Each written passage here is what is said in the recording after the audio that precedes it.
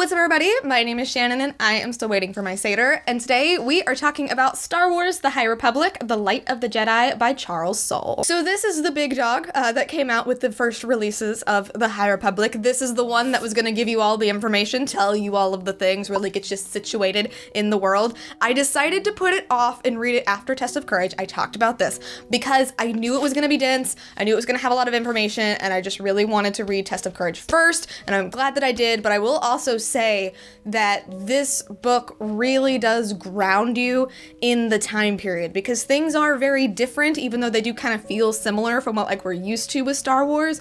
And this book really does show you like what the Republic looks like, what the Jedi look like, what they do, what the people think of the Jedi, them expanding into the Outer Rim, like them, you know, going into these unknown territories. It really does kind of situate you more within the world.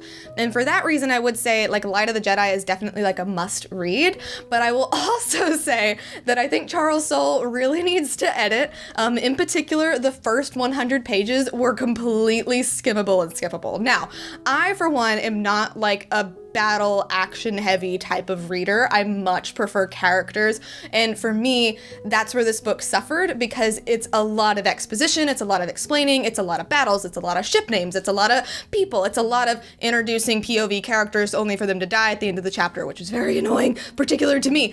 But there is still a lot of good information here. So if that's the type of reader you are, this is definitely going to be your jam. For me, it just really wasn't exactly what I was wanting. But I do know, since, you know, this is a collaborative effort, there's going to be lots of different authors in here. The characters that were introduced, some of the ideas that were introduced, I'm really excited to see continued on, particularly with Claudia Gray's book that's coming out in February. We have another adult novel by Kevin Scott that's coming out with characters from this book. And that in particular, I'm very excited for. My favorite part about this book, though, was the villain.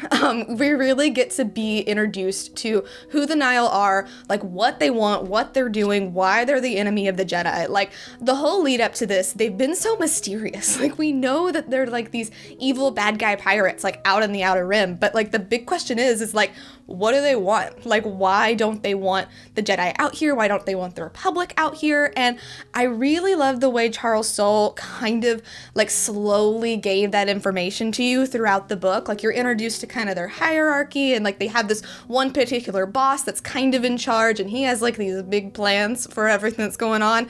And like by the time we get to the last few chapters of the book, I was like, okay, he's gonna be really cool. This is gonna be some really cool stuff that's going on. I think we are really in for a cool look at like, you know, everything is great right now. Like the Republic is at peace, everything is wonderful. The book literally starts off with the line, all is well. And I feel like with the introduction of the Nihil and what happens in this book to kind of make them more of like a big player, we're really gonna see that shake the Republic. I already think we're headed towards possibly like revolt, possibly civil war, possibly the Chancellor being overthrown. Like I can just see people losing faith with the Republic. And obviously we are a long way off from like the Empire coming. But I mean, seeds of darkness are always everywhere, and you know, discontent is always going to be happening. And I do already think that the fall of the Jedi is being set in motion here. We're introduced to so many different types of Jedi, so many different types of like points of view, everything. But I already think we're headed down a path where we're gonna see something change with the Jedi. I really do think that by the end of the High Republic, like things are gonna be so fundamentally different that's really gonna lead to the fall of the Republic, the fall of the Jedi, and that rise of the Empire. So I am giving this book a B+. I did enjoy it. I think it was really well done, and Charles Soule's writing is definitely more digestible for me than like the Thrawn books or the Alphabet Squad books, but there's just so much in here that I really feel like could have been pared down. Like that first 100 pages, like yeah, you really get to like know the Jedi and like see what they do, see how the people like view them from the outside, like learning the ships, learning the names, all that kind of stuff. But I really feel like it could have just been like one chapter. It was a lot. It was a lot that basically just like amounted to like, yes, this thing happened.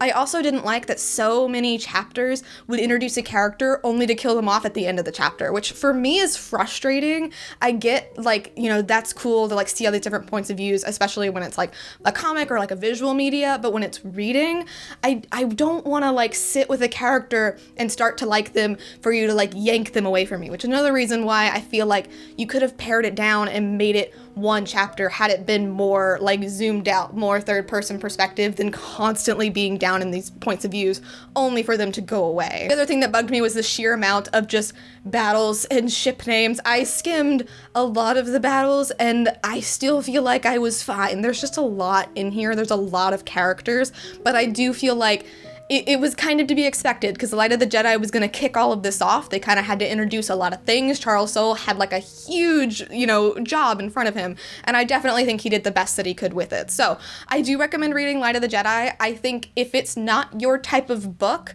then there are definitely going to be resources out there where you can kind of get the gist of it. I will be posting a video as well that kind of summarizes what we have so far. I do have a podcast where I talk about this type of stuff, but I do think it's important, and it did make me really excited for more, which is good, especially Claudia Gray's book. There's something that happens in this book that makes me so excited for Into the Dark because I've already read a sample of it and I'm like, ooh, we are going towards angst, and that's what I'm here for. So I'm giving Light of the Jedi a B+. Really, really excited to see where this is gonna go next. But anyway, thank you guys so much for watching this video. If you liked it, be sure to hit the like button down below, and don't forget to subscribe so you can talk books with me every week. That is everything I got for today, and I will see you guys next time. Bye.